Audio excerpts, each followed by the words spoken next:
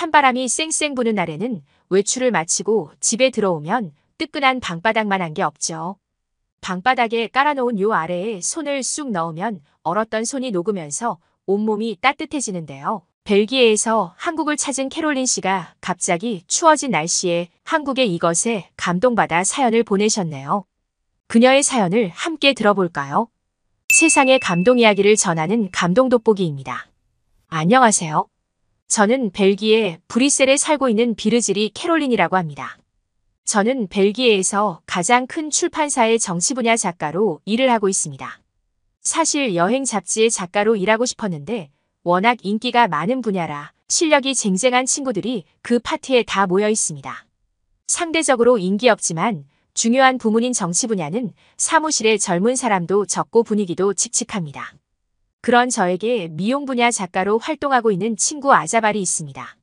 제 고등학교 친구기도 하고 대학은 달랐지만 둘이 성향이 너무 비슷해서 케미가 아주 좋습니다.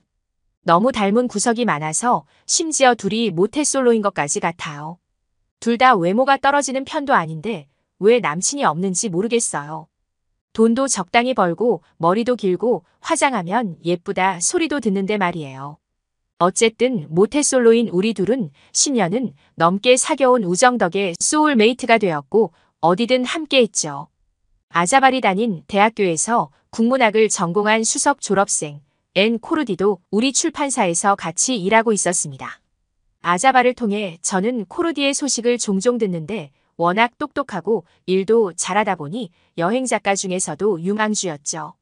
그녀의 외모는 한눈에 봐도 시선이 갈 정도였습니다. 그런 그녀가 저와 아자발은 너무 부러웠습니다. 하지만 진짜 부러운 건 따로 있었죠. 바로 그녀의 남자친구 라얀이었습니다. 라얀은 우리 회사 회장님의 아들입니다. 앞서 말씀드렸다시피 우리 회사는 벨기에에서도 손꼽히는 출판사거든요. 무명 작가는 물론 유명한 방송 작가들도 우리 회사와 일하고 싶어 합니다. 이 좋은 회사의 차기 회장이 될 가능성이 높은 라얀이 코르디의 남자친구였던 겁니다. 코르디의 외모, 능력, 그리고 착한 마음까지 그녀 역시 대단했지만 라얀을 남자친구로 두고 있다니 정말 넘사벽이었습니다. 이런 거대한 차이에도 불구하고 저와 아자발은 코르디와 사이가 좋았어요. 그녀의 소박함과 산뜻함은 누구든 편안하게 해주었거든요. 어느 날 우리 모태솔로에게도 엄청난 기회가 왔습니다. 바로 한국행 여행 티켓인데요. 코르디가 라얀과 함께 결혼 전 한국행 여행을 준비하고 있었답니다. 그런데 출국하기 몇 주 전 그녀는 임신 사실을 알게 되었고 의사의 권유대로 임신 초기에 안정을 취하는 게 우선이라 생각해서 여행을 취소하려고 했답니다. 일일이 검색해서 짜놓은 여행 일정을 묻어두기가 아까워 코르디가 아자발에게 임신 사실을 밝히면서 대신 여행을 가지 않겠냐고 제안을 했다는 거죠. 자신들이 이 여행을 하기 위해 예약한 모든 비용을 그냥 받지 않겠다고요. 왜냐면 지금 와서 해지했을 때의 위약금이랑 거의 비슷하다고 하면서요. 그러면서 티켓도 숙박도 어렵게 예약한 거라 꼭 썼으면 좋겠다는 말까지 했다고 합니다. 아자발은 코르디에게 90도로 인사할 뻔했다고 해요. 감사하게 넙죽 여행 일정표와 티켓을 받아 뒤도 안 돌아보고 저에게 달려왔죠. 캐롤린, 잠깐 나와봐. 좋은 소식이 있어. 저는 뒤숭숭한 벨기에 정치 사건을 열심히 정리 중이었는데 다급한 아자발의 목소리를 듣고 복도로 나갔습니다. 곧 마주하게 된 한국행 티켓. 신은 공평하다고 했던가. 우리에게 이런 찬스가 올 줄 꿈에도 몰랐습니다. 여행 일정은 열흘이 채 안 남았던지라 아자발과 저는 뜻밖의 여행 일정을 위해 원고 마감을 서둘러야 했습니다. 일주일 동안 아자발과 함께 밤을 새가며 원고 데드라인을 맞춰 편집부로 무사히 넘겼습니다. 살면서 그렇게 집중력을 오랫동안 발휘해보긴 처음일 정도였어요. 저는 아자발과 함께 한국행 비행기에 올랐습니다. 너무 바빴던 나머지 여행 일정을 정확히 확인하진 못하고 비행기 시간만 맞췄죠. 비행기를 타고 나서야 코르디가 줬던 여행 일정표를 제대로 볼 수 있었습니다. 둘이 얼마나 꼼꼼한지 일정표에는 버스 노선, 정거장 이름, 메뉴 가격, 주의할 점, 비교할 맛집 등 정말 여행작가답게 빽빽하게 써놓았습니다. 그 일정표대로만 움직이면 웬만한 여행사를 껴서 다니는 것보다 더 좋은 여행이 되겠다 싶었죠. 우리는 비행기 안에서 앞으로 즐길 한국의 고급 호텔에서 스파를 하며 보낼 생각에 행복했습니다. 코르디의 남친은 돈이 많으니 얼마나 여행을 고급스럽게 하겠습니까? 인천공항에 도착 후 우리는 일정표를 보며 바로 숙소로 이동해야 했습니다. 짐을 풀고 거기 적혀있는 한국 레스토랑으로 시간에 맞춰 저녁을 먹으러 가야 했거든요. 코르디가 예약을 위해 식사비의 절반을 예약금을 걸어놓은지라 그걸 버리고 다른 일정을 소화하기엔 좀 아까웠죠. 그런데 그녀가 건네주었던 일정표에는 호텔 이름이 보이지는 않았습니다. 다만 스테이라고 해서 숙소 표시만 해둔 거죠. 우리는 공항 리무진을 이용해서 서울 종로까지 간 다음 숙소에 물어물어 도착했습니다. 그때 웬 골목길을 지나야 했었거든요. 도저히 호텔이 있을 곳이 아니라 저와 아자발은 궁금증이 폭발했습니다. 그리고 곧 우리는 놀라운 현실과 마주쳤죠. 코르디와 라얀이 예약한 숙소는 바로 한옥이었습니다. 한눈에 보기에도 세월의 흔적이 여실히 느껴지는 마당이 있는 단층 집이었죠.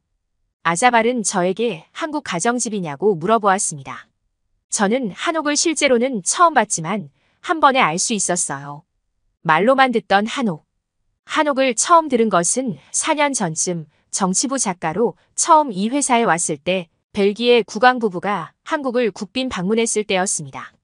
27년 만에 한국을 방문한 필립 벨기에 국왕 부부가 방한 첫 일정으로 서울 성북구의 한국 가구 박물관에서 불로문을 지나는 것이었죠. 불로문은 문 아래로 한 번 지날 때마다 10년씩 젊어진다는 문인데 한국의 창덕궁에 있는 불로문을 재현해 이음매 없이 하나의 돌을 깎아내 만든 거라고 기사에서 봤습니다. 불로문의 유래에 대한 설명을 들은 필립 국왕이 마틸드 왕비의 손을 잡고 어서 지나자고 웃으며 말했다는 글을 바로 제 앞 선배가 쓰고 있었던 거였죠. 코르디와 라얀은 정말 대단하다는 생각이 들었어요. 커플 여행조차 돈 쓰러 다니는 휴양 여행이 아닌 문화 경험과 더불어 그녀의 실력을 쌓을 수 있도록 구성한 걸 보니 괜히 유망주가 아니었어요. 저와 아자발은 숙소 안으로 들어가 민박집 주인을 만났고 그녀의 안내에 따라 방으로 들어갔습니다. 한국의 주거 방식에 따라 신발을 벗고 들어가야 했는데 약간 신기했어요. 아자발은 그냥 양말만 신은 채 들어갔지만 저는 맨발이라 민박집 주인에게 슬리퍼를 요구했습니다. 그리고 우리가 묵을 방에 들어간 순간 너무 당혹스러웠죠. 방이 휑했습니다. 침대가 없는 맨 바닥이었어요. 아자발은 민박집 주인에게 방을 잘못 주신 것 같다고 여긴 잘 수 있는 공간이 아닌 것 같다고 했는데 민박집 주인은 당연히 이해한다는 듯이 휴대폰 번역 앱을 들더니 여기는 한옥 민박집이기 때문에 이불을 바닥에 깔고 잔다고 보여줬습니다. 코르디가 예약한 숙소는 정말 스펙타클합니다. 잠자리까지 한국 전통 문화로 선택했다니. 왜냐하면 마당을 가운데 두고 맞은편 숙소는 침대가 있었거든요. 아자발은 한숨을 푹푹 쉬며 방 안에 들어갔습니다. 그러고는 캐서린 여기 히터도 없어 라고 하는 거였습니다. 유럽의 호텔은 10월 말이면 히터를 켤 수 있어요. 그런데 한국은 기온차가 심한 가을날인데도 난방기구가 없더라고요. 아자발은 번역기를 들고 마당을 건너 민박집 주인에게 갔습니다. 히터가 필요하다고 얘기를 했는데 민박집 주인은 고개를 가로저으며 히터는 없다고 했습니다. 아무리 전통이어도 그렇지 무슨 관광객이 머무르는 숙소가 이렇게 후지죠. 제가 벨기에에 살고 있는 월세집도 최소한의 난방기구는 갖추고 있습니다. 안 그래도 한국은 가을과 겨울이 춥고 일교차가 크다고 해서 일부러 가방에 두꺼운 옷을 더 챙겨왔고 실제로 한국의 날씨가 생각보다 쌀쌀했어요. 밤이 되면 더 추워질 것 같은데 대체 어떻게 해야 하나 갑갑했습니다. 아니, 한국 정도면 그래도 꽤 사는 나라일 줄 알았는데 아무리 민박집이라지만 너무 숙소가 후진국스러워 실망이 가득했죠. 코르디가 힘들게 예약했다는 한국 한정식집으로 갈 시간이 되었기에 우리는 일단 배부터 채우고 와서 히터를 사든지 어쩌든지 하자고 했죠. 한정식집으로 내려가는 길은 우리가 묵을 한옥이 빼곡이 들어찬 골목을 지나야 했습니다. 그리고 오래된 한국집들을 더 고풍스럽게 인테리어해서 한국만의 정취가 물씬 나는 길로 계속 걸어갔죠. 그러면서 자연스레 벨기에 집과 비교하게 되었어요. 어느 작가가 말하길 프랑스에서 평야를 따라 벨기에 국경지대에 이르면 이런 생각이 듭니다. 도대체 그 아름다운 풍경은 어디로 갔지? 만약 네덜란드에서 벨기에로 진입한다면 이런 생각이 들 겁니다. 도대체 레고처럼 대책 없이 쌓은 벽돌 건물은 뭐지? 라고요. 어느 경로로 오더라도 벨기에의 남다른 풍경으로 당황스러워하죠. 그런데 한국의 한옥집들은 어느 경로로 오더라도 정갈하고 고풍스러운 느낌, 따뜻하게 맞이할 것 같은 포근한 느낌이 들었어요. 우리는 예약된 한국식 레스토랑에서 떡갈비 정식을 먹었는데요. 한국의 정식은 한 상에다가 수많은 음식을 가득 차려주는 요리였습니다. 저는 이렇게 많은 접시들이 테이블에 놓인 건 처음 봤었어요. 테이블이 곧 무너질 것 같았습니다. 심지어 떡갈비 같은 메인 메뉴들을 제외한 사이드 디시들. 일부는 다시 리필을 할 수 있다며 종업원이 친절하게 알려주더군요. 아니, 이렇게 많이 주는데 심지어 공짜로 리필도 가능하다고요? 유럽에선 식당에서 물도 사 먹는 판인데 이 많은 사이드 디시들이 무료라니 진짜 놀랐습니다. 한식은 담백하고 적당히 감칠맛이 있으며 야채가 많은 건강식이었어요. 저는 특히 알타리 김치라는 작은 물을 먹었는데 아삭아삭 씹는 식감과 유산균이 톡톡 터지는 듯한 쉰맛이 제 입에 잘 맞아서 밥을 추가로 시켜서 먹을 정도였습니다. 기분 좋게 식사하고 숙소로 다시 걸어 돌아온 저희는 방에 한 발자국을 내딛는 순간 아자발은 깜짝 놀라며 소리쳤습니다. 캐서린, 히터도 없는데 방이 따뜻해졌어. 라고요. 그러더니 바닥에 발을 대는 순간 와 하고 소리를 질렀죠. 저도 바닥을 손으로 만져보니 뜨끈뜨끈했습니다. 인기척을 들은 민박집 주인이 와서는 저녁에는 온돌로 난방을 하니까 히터가 없어도 자는데 끄덕 없을 거라고 하셨어요. 그리고 내일 아침 조식은 9시에 할 테니 푹 자라고 하셨습니다. 저는 아예 털썩 앉아 바닥의 따뜻함을 만끽했는데 아자발 또한 따뜻한 기운에 홀려 털썩 앉아버렸습니다. 앉아있던 우리는 배도 부르겠다, 바닥도 따끈하겠다. 노곤해지면서 벽을 기대는 자세가 점점 아래로 내려가더니 곧 자연스레 드러눕게 되더라고요. 아, 등까지 바닥에 닿으니 와, 세상에 그런 천국이 없었어요. 시차 적응이 채 되기도 전에 무리한 일정을 해서였는지 밥을 2공기나 먹어서였는지 아니면 온돌인지 먼지가 나를 데워서인지 아자발과 저는 그런 상태로 잠이 들고 말았습니다. 아침이 되어 민박집 주인이 차려주신 조식을 먹으며 그녀에게 어젯밤중에 바닥이 따뜻해서 신기했다고 말했습니다. 그러자 그녀는 웃으면서 한국에서는 온돌이라고 해서 바닥을 데우는 난방 방식을 쓰는데 외국인 손님들은 생소하게 느꼈다가 겨울에 한국에 올 때면 꼭 한옥 민박을 오게 된다고 하셨어요. 민박집 주인은 저녁이 되면 잠자리에서 편하게 잠들 수 있도록 미리 온돌을 데워놓는다고 했습니다. 온돌이라는 생소한 언어에 호기심이 생긴 저는 인터넷을 통해 이 난방 방식을 검색했습니다. 예전에는 아궁이에서 불을 떼서 방을 따뜻하게 했고 지금은 바닥에 물이 지나가는 관을 깔아 바닥을 따뜻하게 하는 경우가 많다고 적혀 있었습니다. 고작 하룻밤만 한옥에서 좌식 생활을 했는데 벌써 편안해지고 말았습니다.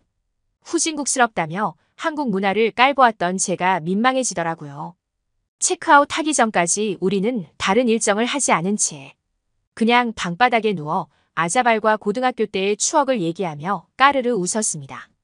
그리고 누운 사진을 찍어 코르디에게 보내줬어요. 코르디 너 덕분에 한국 제대로 경험하고 있다면서요. 그녀도 반드시 한국에 갈 거라고 하더군요. 암요. 이렇게 똑똑하신 분이 왜 한국을 안 오겠어요? 저의 즐거운 한국 여행 경험은 여기까지입니다. 좌식 생활이 익숙하지 않은 외국인들에게 그래서 온돌이 더욱 인기가 좋다고 하더라고요. 호텔에서도 온돌룸을 따로 만들 정도라고 하니까 가장 한국다운 것이 가장 세계적이란 말이 딱 맞는 것 같습니다. 감동 돋보기는 여러분의 사연을 기다리고 있습니다. 함께 하고 싶은 사연을 공식 메일로 보내주시면 신중히 검토하여 영상으로 제작하도록 하겠습니다. 구독과 좋아요는 영상 제작에 큰 힘이 됩니다. 감사합니다.